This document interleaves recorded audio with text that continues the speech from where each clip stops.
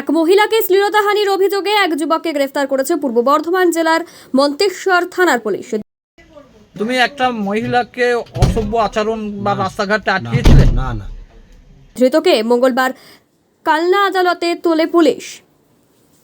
ধৃতের নাম সুদীপ ঘোষ, বাঘাসান গ্রামের বাসিন্দা তিনি। পুলিশ সূত্রে জানা গিয়েছে, গতকাল সন্ধ্যা নাগাদ ওই মহিলা পাড়ার রাস্তা ধরে যাবার সময় সুদীপ তার হাত ধরে টানাটানি করে এবং অশালীন আচরণ করেন। এরপর এই ঘটনাটি মিঠু সাঁতরা নামে ওই মহিলা মন্তেশ্বর থানায় লিখিতভাবে জানায়। পুলিশ অভিযোগের ভিত্তিতে গতকালই সুদীপকে বাঘাসান এলাকা থেকে গ্রেফতার করে মন্তেশ্বর থানায় নিয়ে এসেছে। ধৃতকে আজ কালনা আদালতে পাঠানোর ব্যবস্থা করেছে পুলিশ। তুমি একটা মহিলাকে অসভ্য আচরণ বা রাস্তাঘাটে আটকিয়েছিলে? না না, কি হয়েছে তোমার সঙ্গে? মেয়েছিলাম তো কিচ্ছু হয়নি, ঝামেলা হয়েছে, একটু পুজো হচ্ছিল, হ্যাঁ। মনসা পুজো আমাদের, সেই পুজো উপলক্ষে একটু ঝামেলা হয়েছে। ও নেশা করেছে, আমিও একটু নেশা করেছিলাম। মেয়ে ছেলে ফেলে কেউ ছিল না।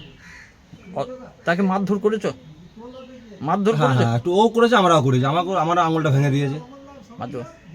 তা কি নাম তোমার? আমার নাম সুদীপ ঘোষ, কোন থানার পুলিশ ধরেছে? মন্তেশ্বর। মন্তেশ্বর থানা। কোথায় নিয়ে যাচ্ছে এখন?